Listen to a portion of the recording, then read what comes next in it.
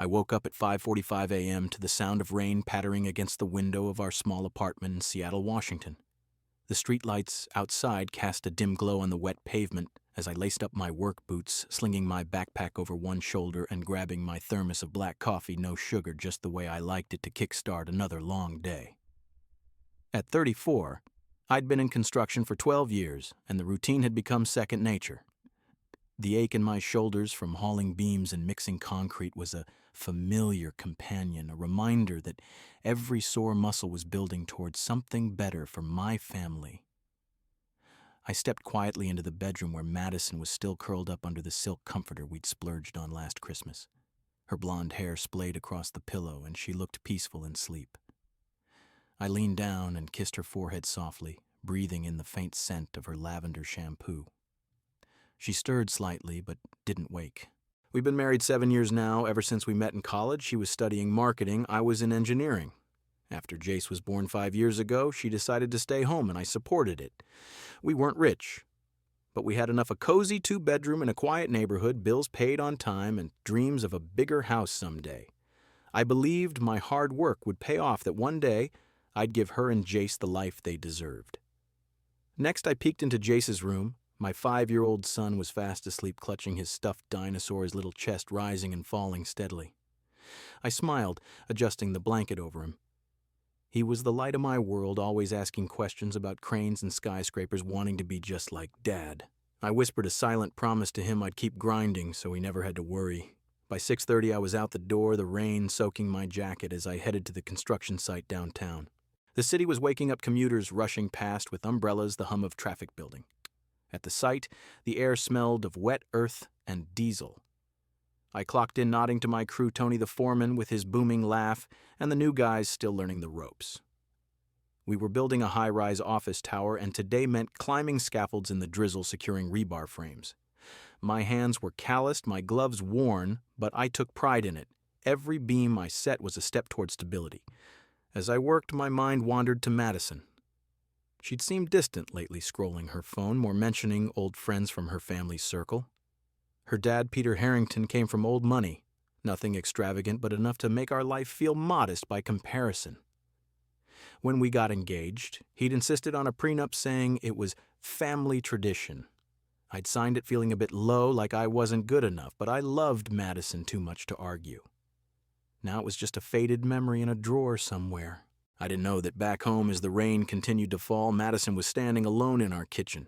She pulled a lottery ticket from the drawer under the counter, the one I'd never noticed. Her red-painted nails scratched away the silver coating, revealing numbers that matched the winning draw from the night before. Her breath caught eyes widening as the reality hit $25 million. A fortune beyond anything we'd ever imagined. She gasped, clutching the ticket, her heart racing. "Oh my God! Oh my God!" Trembling, she grabbed her phone. First, she called her mother, whispering excitedly about the win. Then the family lawyer to discuss claiming it discreetly. And finally, a man named Logan, someone I'd never heard of. "We're free now," she murmured into the receiver, her voice low and thrilled eyes gleaming with a spark I hadn't seen in years. It wasn't joy for us, for our family. It was something else, something that excluded me entirely. Meanwhile, I was up on the scaffold, wiping rain from my face, focused on the next pour. Lunch came around noon, a sandwich from home eaten quickly with the crew joking about the weather. Tony clapped me on the back. "Chambers, you're a machine. Family keeping you going." I nodded, smiling. Always. I pictured Madison at home, maybe baking cookies with Jace like she used to. I had no idea she'd already started planning a life without me. The afternoon dragged on, with more heavy lifting, my muscles burning by shift's end at 6 p.m. I drove home through traffic, stopping for groceries, as Madison had texted earlier. Pulling into our driveway, I felt the usual warmth home where everything made sense. I walked in, calling out, "I'm back." Jace ran to me, hugging my legs, and I scooped him up, laughing. Madison emerged from the kitchen, smiling that familiar smile. I hugged her too, feeling her warmth against me, oblivious to the secret burning in her pocket. That night, as we sat down to dinner, spaghetti I'd thrown together, we talked about Jace's day at preschool, the rain, small things. She seemed happier than usual, her eyes brighter. I chalked it up to a good day. After tucking Jace in, we went to bed, her head on my shoulder. I held her close, whispering how much I loved her. It was our last real embrace, the kind where I felt like we were unbreakable. Little did I know the ticket in the drawer had already cracked our world wide open. The betrayal was coming silent and swift like the rain that never stopped. 2 weeks after that rainy morning, I trudged through the door of our apartment, my body screaming from a 14-hour shift at the site. The high-rise was behind schedule due to the weather, and I'd spent the day wrestling with steel beams in the mud, my gloves caked in grime. All I wanted was a hot shower, a simple dinner, and to hold Madison and Jace. But as I kicked off my boots in the entryway, something felt off. The air was too still, the lights too dim. Madison was sitting at the kitchen table, not in her usual sweats, but in a sleek black dress that hugged her figure like she was heading to a gala. Her makeup was flawless lips painted a bold red, and her posture was rigid like she'd rehearsed this moment. "Hey, honey," I said, hanging my jacket on the hook. "Long day. Where's Jace?" She didn't smile, didn't stand to greet me like she used to. Instead, she pushed a golden envelope across the table toward me. "He's at my mom's for the night," she replied, her voice flat, almost rehearsed. "We need to talk Noah." I froze my hand midway to the fridge for a beer. "About what?" I asked, trying to keep my tone light, though a knot was already forming in my gut. She met my eyes then, and there was something cold there, something I'd never seen before, arrogance, detachment, like I was a stranger, intruding on her space. "This," she said, tapping the envelope. "It's the divorce papers. I've already signed them." The words hit me like a falling beam, knocking the breath out of my lungs. I stared at her, waiting for the punchline, for her to laugh and say it was a bad joke, but she didn't. She just sat there watching me with that unreadable expression. "You're kidding, right?" I managed, my voice cracking. "Madison, what the hell is this?" She leaned back in her chair, crossing her arms. "I'm not kidding, Noah. I'm serious. This life, it's not what I want anymore. I've been stuck in this cramped box of an apartment for too long, scraping by while you come home smelling like sweat and concrete every night. I deserve more." I pulled out a chair and sat down heavily, my mind reeling. The envelope felt like lead in my hands as I opened it, scanning the legal jargon that blurred before my eyes. "Why, after everything? 7 years, Jace. What did I do wrong?" My voice was barely above a whisper, pleading for an explanation that made sense. She laughed, then a sharp mocking sound that echoed in the small kitchen like glass breaking. "Wrong. It's not about what you did, Noah. It's about what you can't do. You're a good man, sure, but you're stuck in this rut. Logan, he gets me. He doesn't have to slave away at some dirty job. He has ambition vision. You're just small dreams, small life. Logan." The name landed like a punch. "There's someone else," I asked, my throat tightening. She didn't even flinch. "Don't turn this into a tragedy. I'm just choosing someone who's on my level. We've grown apart. Sign the papers and we can both move on." I couldn't process it. My hands shook as I set the envelope down. "And Jace, what about our son?" Her expression softened for a split second, but then hardened again. "We'll figure out custody. But honestly, Noah, with your hours, how much time do you really have for him? I'll make sure he's taken care of." The rest of the night blurred into a haze of arguments that went nowhere. She packed a bag and left for her mother's, saying she needed space. I sat alone at the table, staring at the papers, feeling like the foundation of my world had crumbled. How had we gotten here? I thought back to our college days, when she'd chosen me over her family's expectations. Now it felt like she'd been waiting for an excuse to escape. 2 days later, I learned about the lottery win. A mutual friend let it slip over coffee, thinking I already knew. "Man, congrats on Madison's big score, 25 million. That's life-changing." My coffee turned to acid in my stomach. I confronted her over the phone that evening. "Is it true, the ticket?" She didn't deny it. "Yes, Noah. I won it fair and square. It's in my name, claimed as separate property since we're separating. Don't try to touch it." She'd registered the win under her own name, citing living separately and financially independent. You're independent. We'd still been sharing the bed, the bills, the life when she scratched that ticket, but she was already spending new clothes meetings with real estate agents for a luxury condo and whispers of a trip to the Maldives. With Logan. I pieced it together from her social media posts of champagne toasts and cryptic captions about new beginnings. Her friends commented excitedly, calling Logan her perfect match, someone worthy of her glow-up. Me, I kept going. I picked Jace up from preschool, made his favorite mac and cheese, read him bedtime stories about dinosaurs conquering the world. He asked where Mommy was, and I lied, saying she was visiting Grandma. Inside, I was breaking. Nights were the worst, lying awake in our empty bed, replaying her words. Small dreams. Was that all I was to her? A stepping stone she'd outgrown. One late night, after Jace was asleep, I rummaged through the old drawer in our bedroom, the one with forgotten papers and mementos. That's where I found it, the prenuptial agreement, yellowed with age. I'd signed it 7 years ago, feeling humiliated as her father, Peter Harrington, watched with that stern gaze. My family's tradition, he'd said. We protect what's ours. Back then it stung. I was just a broke engineer marrying into modest wealth. Now I read it with fresh eyes. Clause 16A jumped out. Any assets acquired post-marriage as independent property, if not declared in joint financial statements and registered with the court within 30 days, shall default to marital property if the other party can prove ongoing cohabitation. My pulse quickened. Madison hadn't declared the winnings within that window. We'd still been living together, sharing meals bills, even the bed. The electricity I paid for the groceries, I bought the photos from our home security camera showing her there after the win.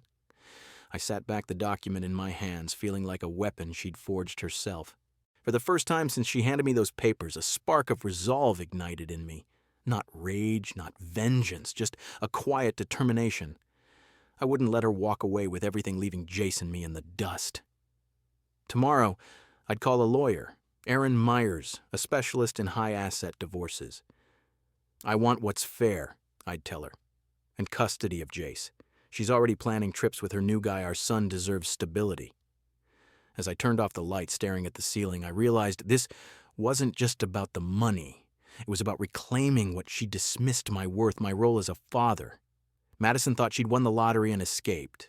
But holding that prenup, I knew the game wasn't over. I held the yellowed prenuptial agreement in my hands, its edges frayed from years tucked away in that drawer. It was late, Jace asleep in his room, the rain still tapping against the windows like an insistent reminder of how everything had changed. I'd signed this document 7 years ago, back when Madison and I were young and in love, or so I thought. Her father, Peter Harrington, had insisted on it during a tense dinner at their family home in Bellevue. It's just protection for Madison, he'd said, his voice, gruff eyes appraising me like I was a faulty foundation. I was just a broke engineer, then fresh out of college, and marrying into their modest but established world felt like a leap. The prenup made me feel small, unworthy, but I signed it anyway for her. Now staring at Clause 16A, the words leaped out. Any assets acquired post-marriage as independent property, if not declared in joint financial statements and registered with the court within 30 days, shall default to marital property if the other party can prove ongoing cohabitation. My heart pounded. Madison had won the lottery 2 weeks ago, but she hadn't declared it. We'd still been living together, sharing meals bills, the bed. She cooked breakfast that first morning after scratching the ticket, used the electricity I paid for, slept under the roof, in my name. Cohabitation. Undeniable. The next morning I called Aaron Myers, a divorce lawyer I'd found through a coworker whose marriage had ended badly. Her office was in a sleek building downtown, all glass and steel, a far cry from the muddy sights I knew. I arrived early, still in my work clothes, the prenup folded in my jacket pocket. Erin was sharp mid-40s with a no-nonsense bob and glasses that made her look like she could spot a lie from across the room. "Mr. Chambers," she said, shaking my hand firmly. "Tell me everything." I laid it out: the lottery win, the divorce papers, Logan, the Maldives plans. "She's claiming the $25 million as separate property," I explained, handing her the prenup.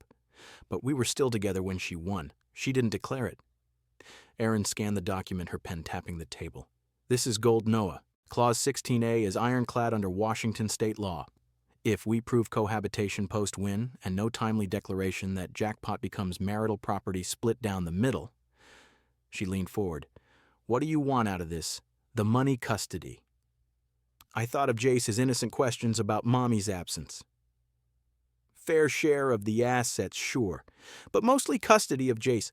She's already planning trips with this guy. Our son needs stability, not to be dragged into her new life." Aaron nodded. "Smart. We'll file for primary custody citing her instability and the affair, now evidence we need to show she was still living as your wife after the win." We brainstormed. Bank statements showing joint bills, utilities, groceries. I paid most. Photos from our home security camera time-stamped after the lottery draw showing her in the kitchen sleeping in our bed. Even her Instagram posts, subtle hints of luxury shopping, but nothing declaring the win officially. "She's been careless," Aaron said, "posting about new beginnings while still using your Wi-Fi. We'll subpoena her records if needed." I remembered the signing day vividly. Peter Harrington had loomed over the table, his signature bold and final. "Careful what you promise, son," he'd said almost like a warning. Back then it felt directed at me. Now it was a boomerang aimed at his own daughter. Madison had pushed for the prenup too, saying it was just paperwork. She'd forgotten or never bothered to read the fine print. Over the next few days, Aaron gathered the doc's utility bills and my name grocery receipts from our shared card, even a time-stamped photo of us all at breakfast the day after she won. I provided login details for the home cam, nothing invasive, just proof she hadn't moved out. "This builds the cohabitation case," Aaron explained. "No 30-day declaration, it's marital property. We'll argue the lottery isn't independent since your household supported her." At home, I kept the routine dropping Jace at preschool, making dinners, reading stories. He missed her asking when Mommy would come back. "Soon, buddy." I'd lie hugging him tight. Inside, my warmth for Madison had cooled to steel. I wasn't plotting revenge for spite. It was for Jace, for the life she'd dismissed. Nights, I'd review the evidence with Aaron over calls, her voice steady. "You're not the villain here, Noah. She's the one who hid the win and filed first." By week's end, the petition was ready motion to classify the lottery as marital assets request for 50% split and primary custody. Aaron warned it could get ugly. "She'll fight especially with that money." I nodded. Let her. I fought harder on sites in the rain. As I left her office, the city buzzed around me, people rushing oblivious to my storm. I was ready for court, not to destroy Madison, but to ensure she faced the consequences of her choices. The prenup she'd once wielded like a shield was now the sword turning back on her. The morning of the hearing at the King County Family Court dawned clear for once, the Seattle sky a rare blue after weeks of rain. I arrived early dressed in my old Navy suit, the one I'd worn to our wedding, now feeling like armor rather than a memory. My hands were steady as I clutched the folder of evidence Aaron had prepared, but inside my stomach churned. This wasn't about vengeance. It was about protecting Jace, about ensuring he had a stable life away from Madison's whirlwind of new luxuries and distractions. Aaron met me in the lobby, her briefcase in hand, giving me a reassuring nod. "We've got this, Noah. The prenup is airtight and the evidence speaks for itself." We entered courtroom 3B, the wood-paneled space echoing with the murmur of clerks and lawyers shuffling papers. I took my seat on the petitioner's side, glancing around. A few minutes later, Madison swept in like she owned the place. She was a vision of calculated elegance, a designer skirt suit in ivory or mess bag slung over her arm, diamond earrings catching the fluorescent lights. Her hair was styled in perfect waves, makeup impeccable. Logan trailed behind her, settling into the gallery seats with a smug grin, his expensive watch glinting as he adjusted his tie. He looked like the kind of guy who'd never lifted anything heavier than a cocktail glass. Madison spotted me and paused, her lips curling into a mocking smile. She sauntered over, leaning close enough for me to smell her new perfume, something floral and expensive, nothing like the lavender she used to wear. "You actually showed up," she said, her voice dripping with condescension. "What are you hoping for, Noah?" "A pity handout. This ends today. We'll both be free, me with my life, you with whatever's left." She laughed lightly, turning to her lawyer, a slick young guy named Marcus, who'd probably charged her a fortune already. I didn't respond. My eyes met hers briefly, but I kept my expression neutral, like I was inspecting a blueprint for flaws. Aaron whispered, "Let her talk. It'll make the reveal sweeter." The judge entered a stern woman in her 50s named Judge Harlan and called the case Chambers versus Chambers. Madison's side went first Marcus, arguing smoothly that the lottery winnings were separate property won solely by her with no marital involvement. "My client has already initiated separation and claimed financial independence," he said, sliding over documents. Madison sat straight, nodding confidently, her smile never fading. Then it was our turn. Erin stood, her voice clear and measured. "Your Honor, we move to classify the $25 million lottery winnings as marital property under the terms of the prenuptial agreement signed by both parties 7 years ago." She handed over the yellowed document highlighting Clause 16A. "The winnings were not declared in joint financial statements nor registered with the court within the required 30 days. Furthermore, the parties' continued cohabitation post-win as evidenced here." The judge adjusted her glasses, flipping through the pages. Erin continued presenting the stack utility bills in my name from after the draw date grocery receipts, from our shared card time-stamped photos from our home security camera showing Madison in the kitchen, making coffee in our bed, reading to Jace, even lounging on the couch with her phone. "These prove ongoing marital cohabitation," Erin said. "No separation had occurred. They shared a household finances and parental duties." Madison's smile faltered. She leaned over to Marcus, whispering urgently. The judge scanned the evidence, her pen tapping. "This clause is explicit," she said finally. "Under Washington state law, failure to declare within the time frame combined with proven cohabitation defaults the asset to marital property." The room went silent. Madison's face drained of color, her red lips parting in shock. "What? No, that's impossible," she muttered, her voice rising. Marcus jumped up. "Your Honor, we weren't aware." "Awareness isn't a defense," the judge interrupted. "The agreement was signed by your client. Ignorance of its terms doesn't void them." She turned to the custody portion. "Regarding the minor child, Jace Chambers, the petitioner seeks primary custody, citing the respondent's instability, including an ongoing affair and planned international travel without consideration for the child's routine."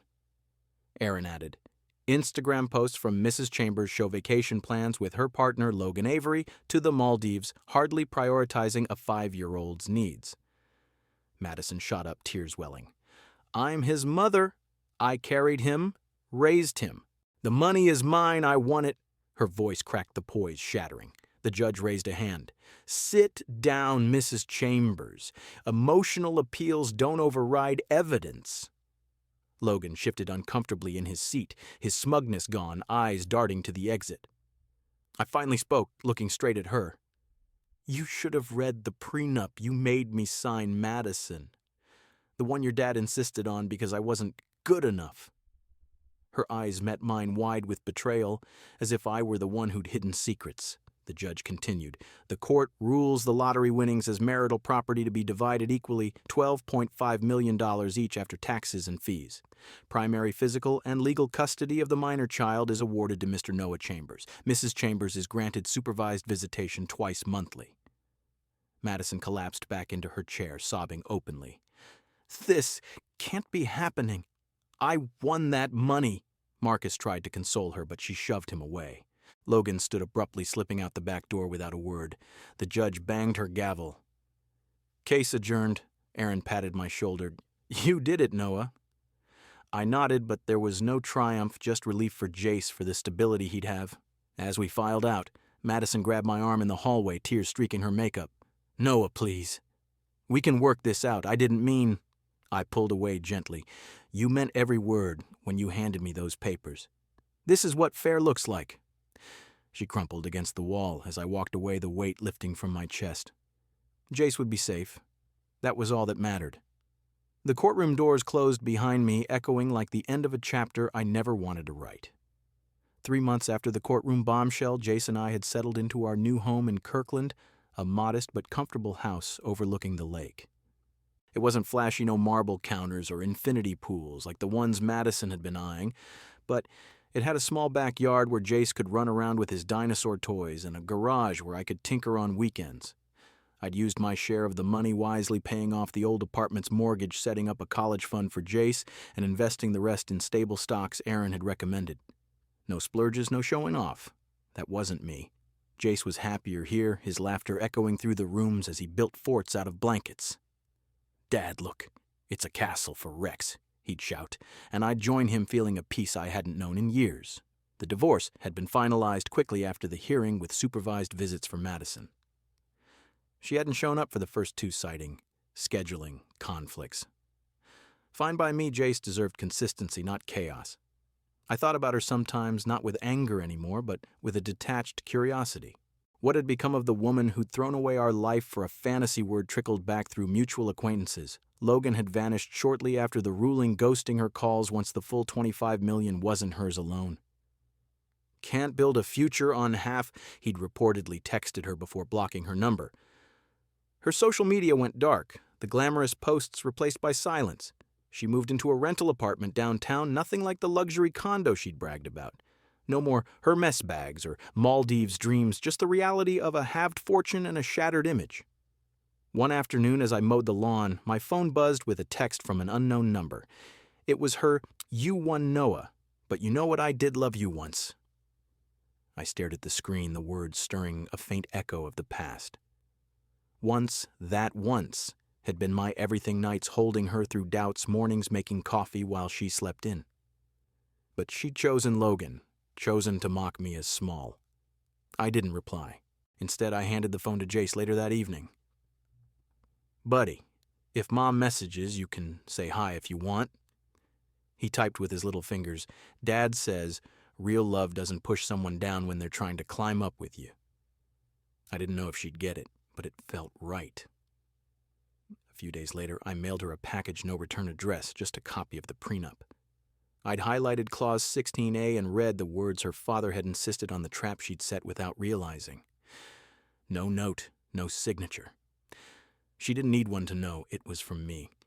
It was her own history, staring back, a reminder that actions have echoes. Standing in the backyard that evening, watching Jace chase fireflies as the sun dipped over the lake, I felt the last weight lift.